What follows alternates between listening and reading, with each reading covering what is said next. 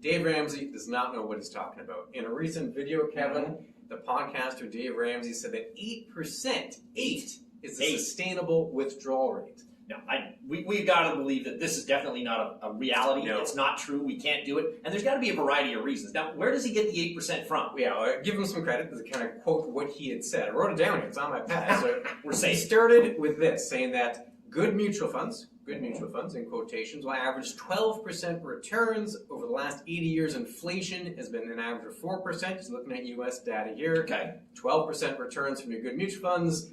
4% inflation, you're left with 8%. That was the basic arithmetic. Okay. So if you take 8% out every year of your portfolio in retirement, you would be okay. That was the tip. Now, Dave Ramsey has lots of good personal financial tips. This is not one of them, and we'll dig into why. But first, we should start off with what is a safe withdrawal rate so you can understand the context in which he made the claim and how we think it's unsuitable. So a safe withdrawal rate. Safe withdrawal rate. Obviously, I mean, he's looking at, at 12%, you must be looking at something that's strictly into the market. And it's got to be data that's there only. Now, that puts risk in there, and that's definitely going to have higher returns, but they're not guaranteed. So there's odds and ends that we can try to figure out to get that safe withdrawal rate. And those numbers are going to be, I would say, significantly less than that. Yeah, and the safe withdrawal rate, the idea, the context, let's say you had $1 million portfolio, you retire, well, in year one, we'll use Dave's example here, you take 8% out, so 8% on $1 million, that's 80 grand. So you take 80 grand out in year one, you spend that, you enjoy it. In year two, you get 80,000 plus whatever the inflation is. And then you keep doing that year in, year out, just adding the inflation to that original $80,000 amount.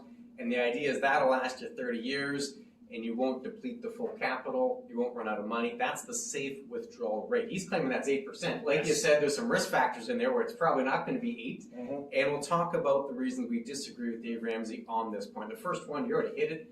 It is the risk. He looked at the U.S. stock market, essentially said since, 70, 80 years, since the 20s, that U.S. stock market, the S&P, has averaged 11.8%, I think it was, but that's a 100-year time window. Well, yeah, I mean, we talk about, long time frames, but long time frames maybe 20, 30 years. Yeah. 80 years, I don't know that I have that kind of time frame before I can start drawing it out. So yeah, first you've got that risk factor. We're dealing with the S&P 500. So great, I mean, the numbers are there, but again, this is not a consistency, okay? If you make 20% one year and you lose 20% the next, now we've got a little bit of a problem. Is your 8% rate going to be there to be able to draw on it? Or are we going to have to look at different odds and ends? And again, that long time frame, you got to make sure that, is it within the balanced portfolio that you're going to look for? Or is it strictly like, let's throw our cards on the table and see what we can get for a best view? Yeah, the risk factor. He was looking at 100% U.S. stocks, the U.S. stock market, and that was it. The old adage, don't put all your eggs in the one basket. He did the opposite. All the eggs were in the one basket.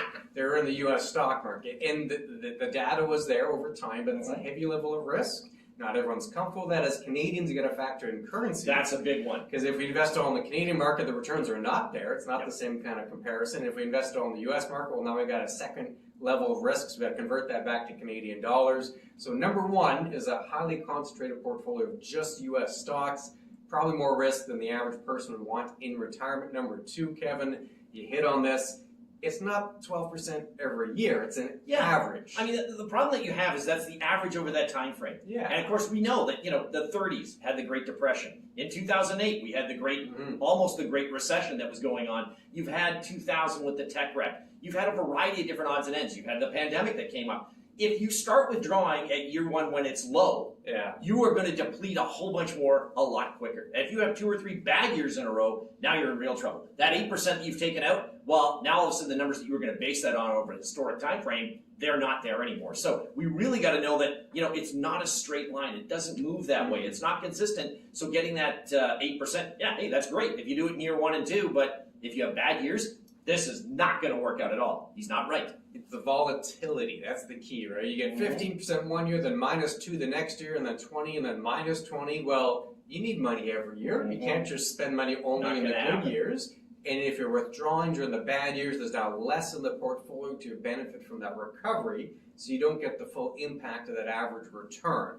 It's called sequence of return risk. Yes. We've done videos on this, by the way, so I'll link to one of those videos if you want more specifically on that level of risk. A third point here, we talk about the risk, concentrated portfolio, the sequence of return risk. It's quite volatile. And then number 3, inflation itself is not consistent. No, and I mean, we've never witnessed this. I mean, most people over the last 30 years, you've been fairly consistent that 2 to 3% range. The central banks were looking at that 1 to 3. But what do we have happen last year? 8, 9% inflation. Things we haven't seen in 40 years. So you cannot forecast that inflation is not going to be there. Setting that 4% might be a nice standard, but what happens if we get 3 or 4 years of 8 or 9%? All of a sudden now, if 12 minus 8 gives you 4. You're not at that 8% range anymore. You have to know that inflation is not a consistent factor. Yes, it's averaged out over a long period of time, but still, that can have a real detrimental effect on withdrawing out going forward. Yeah, so the formula a little too simplistic, right? Yes. Just to assume it's going to be 4% every single time, likely unrealistic. Lots of questions of this nature when it comes to the planning. We certainly help out with that. So if folks have questions, how do they get a hold of us? They get a hold of us at chatwithclintonandkevin.com. By all means, send us your questions, whether it's on this topic or any other financial matters that you have. We'd be more than happy to answer to them, and we will get back to you as quickly as we can. If not, we will find the exact sources that you need so we can help you out with whatever you're looking for. Yeah, we can answer. We'll find someone who can. Yes, exactly. That's the easiest way.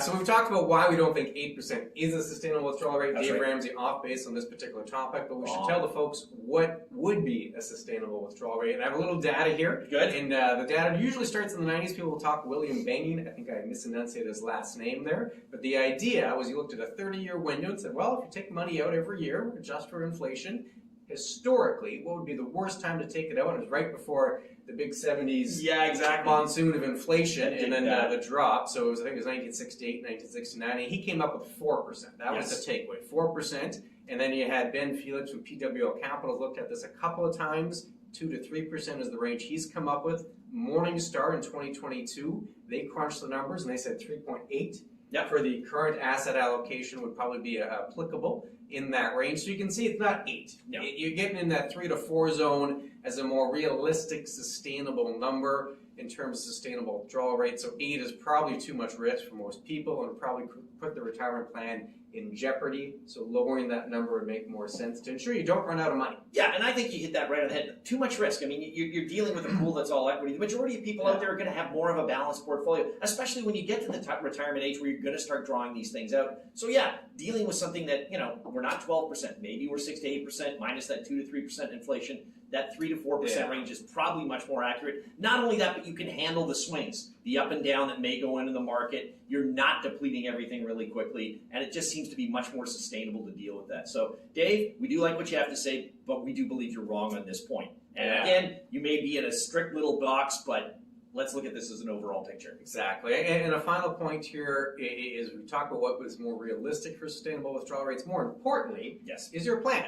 Big time. Maybe you want to spend all of your RSP and have it just done, and then you're living off your pensions. If that works with your plan, nothing wrong with that. And that means your withdrawal rate will probably be higher because your goal is to spend through the funds. Or maybe you want to leave a big estate for the next generation, which is very nice of you. Thank you for doing that. Which means your spending will probably be a little less because you want there to be a big pot in the end. So it's very much not a one-size-fits-all. You can't just say, 4%, and I'm just going to do that and not worry about anything else. You really need to have the Becker or mantra here of having your own plan. Having your own plan, yeah. I'm usually famous for looking at, do you want that last check to bounce or not? That'll have a big deciding on how you want to spend your money. We have done videos on this, have we not, Clint? Yes, we certainly have. How do you withdraw tax efficiently from your account? So you know the sustainable withdrawal rate. Well, how do you actually get it out without paying too much tax? There's a video on the screen somewhere. Click on that one. We'll see you again very soon. Take care.